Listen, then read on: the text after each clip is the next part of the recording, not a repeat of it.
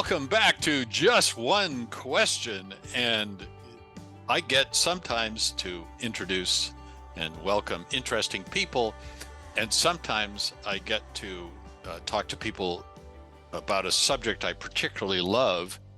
And then sometimes I get to welcome an old friend back to Just One Question. This time I get all three in one. So I'm so excited to have Amy Morin on the show. Amy is a psychotherapist. So put that in your pipe and smoke it. Does anybody smoke pipes anymore? But I digress. She's an international best-selling author of 6 books, and host of the Mentally Stronger podcast. Amy, welcome to the show. And how the heck are you? Oh, it is so good to see you. I'm doing wonderful, and I get to come to you live from the sailboat in the Florida Keys. So life is good.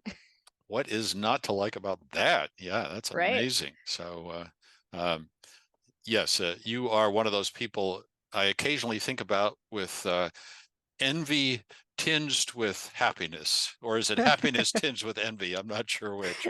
But anyway, thinking, boy, I should have changed my life and ordered things differently and ended up on a boat in the Florida Keys, and that would have been a good thing. But anyway, I'm really glad you're here, and I'm delighted to ask you one or maybe more questions. And because you are an expert in and have written, as we said, 6 books about how to be mentally stronger, what mentally tough people don't do, so the things that drag us down, make us worse, and so on in our relationships and in life. Since you've written about those things, how is technology affected our personal relationships and our personal ways of interacting with the world and our workplace and that kind of thing? But we're talking about here the sort of psychology of that, and how has technology affected that? It's been interesting because I started my career as a therapist in 2002, which is just about the time people were starting to get flip phones, and texting was sort of just becoming a thing. And to see what has evolved then over the past 20 years, where almost everybody has a smartphone and people are no longer really answering the phone nearly as much as they are texting. And we're using social media for business uses, but also for pleasure, and how that really has shaped and changed so many relationships. If we're talking about how people communicate, some people love to text, would rather not answer the phone, will do anything they can to not have to make a phone call, as opposed to other people love to. And sometimes there's a disconnect into the expectations of how frequently you should text. And this happens a lot with romantic partners too. And it's something that I dive into in the book, where sometimes somebody feels abandoned because their partner doesn't text back, but their expectation is we should stay in constant contact. I'm going to tell you when I go in the grocery store, and if something interesting happened, I'm going to text you about it. Whereas the other person might be thinking, I'm going to see you in 2 hours. You don't need to text me every little step of the day. So that's been a big issue for a lot of couples. And most people don't talk about it up front. Like, what's your expectation on how often we should text? And another big issue when it comes to, if we were to say romantic partners, it's the issue surrounding access to former romantic partners. An ex may follow you on Instagram and then reach out to say hello. Are you supposed to tell your partner this, or do you just say hello back? And if it's a quick conversation, do you need to disclose it? So there's a whole thing about boundaries and having these conversations up front of like, what are your expectations? What are mine? Some people, there's no right or wrong answer. Some couples share passwords. Some people don't. Some people say that's not a secret, but it's private. And there is a difference between that. And of course, when it comes to our jobs, very similar thing. Can I post something on my social media page that I did on the weekend? Yet, if my boss doesn't like it, how much would that affect my public persona? And a lot of people don't really spend a lot of time thinking about that until they get into some kind of trouble. So, and then of course during the pandemic, we saw so many people having Zoom calls with family members, and a lot of people were able to say it's not the same as meeting in person. But almost everybody I talk to say they've never really returned to that pre-level pandemic social interaction. That a lot of people still aren't seeing people face to face. We know that face-to-face social interaction is key to our health, our emotional health, our mental health. and that we need to make sure that we do that. But it's inconvenient now that a lot of people work from home and a lot of people say, I don't really need to go out. I got into the habit of having groceries delivered, or I got into the habit of just meeting with somebody on a Zoom call as opposed to seeing them in person. So I think all of these factors are really important to take into consideration and to set boundaries for ourselves in terms of not taking your phone to bed, which most of us do. I acknowledge I'm guilty of that often, even though we know it's bad for us and that you shouldn't reach for your phone just because you're bored or lonely or that you are struggling with something. But instead, it would be more appropriate to at least make a phone call, if not visit people face to face. Yeah, fascinating. So I was going to ask you, does anybody actually make a phone call anymore? Because I do hear from people in the communications world that they never talk on the phone, and they use it for all kinds of things. You alluded to several of them, texting, of course, and various kinds of social media, but certainly not talking on the phone. Is there a place in that world that you're describing of sort of healthy relationships, which include some in-person, face-to-face meetings, as well as the convenience of Zoom? Is there a place in that world, or do we need to make a place for phone calls? Or are they basically irrelevant? Should we either be doing face-to-face or texting? Does a phone call give us Oh, something that we can't get anywhere else in terms of relationship? that's a good question. And, you know, I think so. And Mm. there's this study about a 7-minute phone call is all you need to make your life happy. The problem is what most of us do is you put off calling somebody, an old friend, and you only call them once a year. And then the call lasts 2 hours because you're catching up on everything. Mm. As opposed to if you called them more regularly, all you need is 7 minutes to make your life better and to become a happier person. Hmm. And you don't need to give them the play by play of everything that you did in the past 2 years. But because we expect the call to last a really long time, we put it off and we don't do it. So strategy can be is you just call somebody and say, hey, I only have a couple minutes, but I wanted to tell you I saw this thing that reminded me of you, or I just wanted to share something with you really quickly. And to get other people kind of in the habit of answering the phone and knowing that you aren't going to keep them on the phone for 2 hours, because then it's not as scary to pick the phone up. Right. But then we get a boost in our mood, and so does the other person, and we feel much more connected to them. So I think phone calls can certainly play a big role in our current relationships if we're willing to try. Okay. So got it on phone calls. I like that. I didn't know about the 7-minute study, so that's awesome. And let's talk about texting just for a second.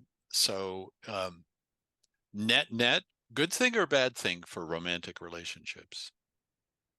So it depends. So some couples find it's a wonderful way to stay connected when they're in two different places, but they have to have the same level of desire for contact. Otherwise, it can feel like a burden to have to reply to somebody or to feel like somebody's expecting something of you right away. And so I see some couples where they're like, well, if you have a problem, work on solving it. You don't just need to text me immediately and ask for my help. Try to work on it, or try to wait until I get back or when I can call you and it's convenient. So I think it depends. And I think it's important to have those conversations about what are your expectations? What are mine? And there are probably going to be certain topics that should be off limits over text message if it's a heated conversation, Mm-hmm. or if it's something that quickly gets misconstrued, to make sure that we say, well, let's do this in person. Because even a text that's fairly simple, if somebody says, did you forget to bring the milk home, or did you forget to pick up milk? Like, are you implying that I'm forgetful? Are you blaming me? Or are you just asking the question because you want to remind me? A lot of that gets lost over text message. So for couples to be more self-aware of like, what should we not discuss over text, or how do we do it a little bit differently so that it is working better for us? If it leads to a lot of arguments, that's probably a sign that we should have some face-to-face discussions to problem solve this. So let me ask a very pointed version of that. Should you have arguments over text? Is it possible to have a text-based argument and You know, in a fruitful way?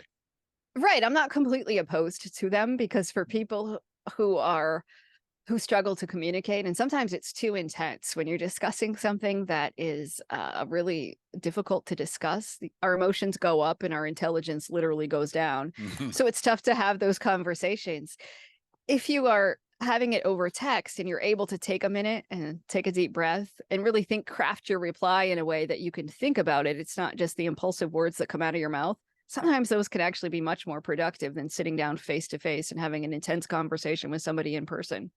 Yeah, I remember giving a speech to a group of folks, and this was about virtual and hybrid life, and I was saying the possibility of text being misunderstood is so high that you should really be extremely limited in the kinds of texting you do.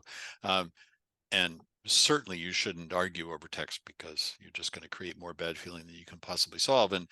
And a woman raised her hand, and I had been preaching the value of in-person meetings, of course, and she said the problem for me with in-person meetings is that I'm deeply introverted, her words, not mine, and I rapidly get overwhelmed, especially if the temperature gets heated. But even sometimes if it just goes too fast, if there's too much coming at me, too much I have to absorb. And so I really value text-based communications because I have time to think about it, and I can temper the pacing of the conversation.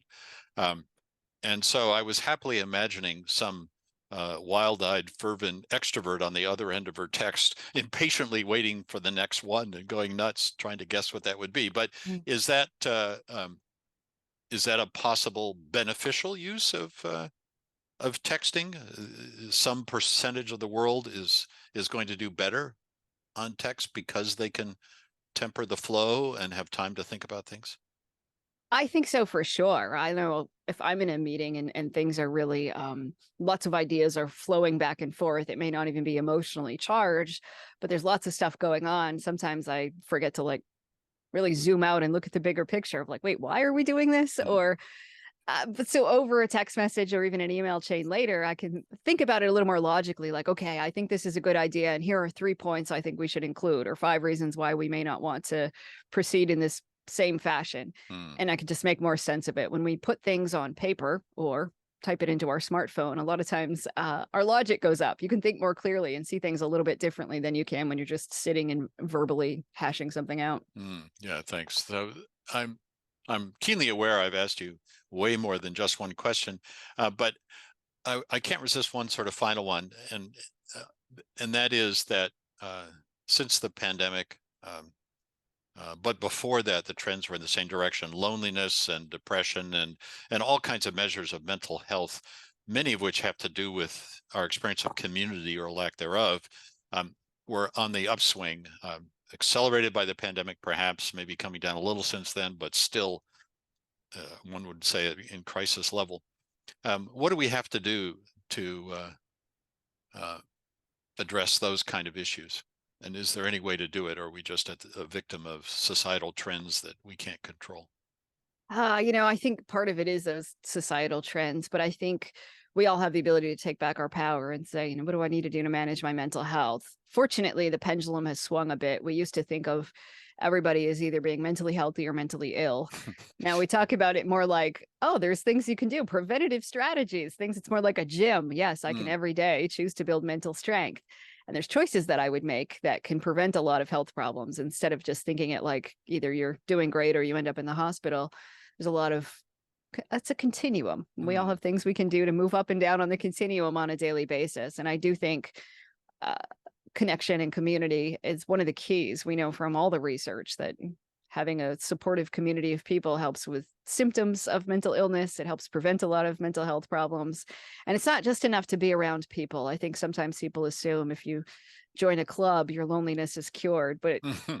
to be surrounded by humans is not necessarily the cure for mental health problems. It's really connecting with people that you can talk to and communicate your struggles with as well. Lovely. And uh, thank you, Amy. I would go on for hours talking to you because it's such fascinating stuff, and you've got so many insights into it. But it was supposed to be just one question. Thank you so much for agreeing to be on the show and for answering more than one. And everybody go out and get one of, or several of, Amy's books, because they're full of exactly what she was just describing, which is practical techniques and ways that you can avoid being cast from the mentally healthy to the immediately mentally ill territory, and do things like going to a gym where you can work on your mental health and improve it. So highly recommended. Buy one of her books today. Thank you, Amy. Thanks for having me.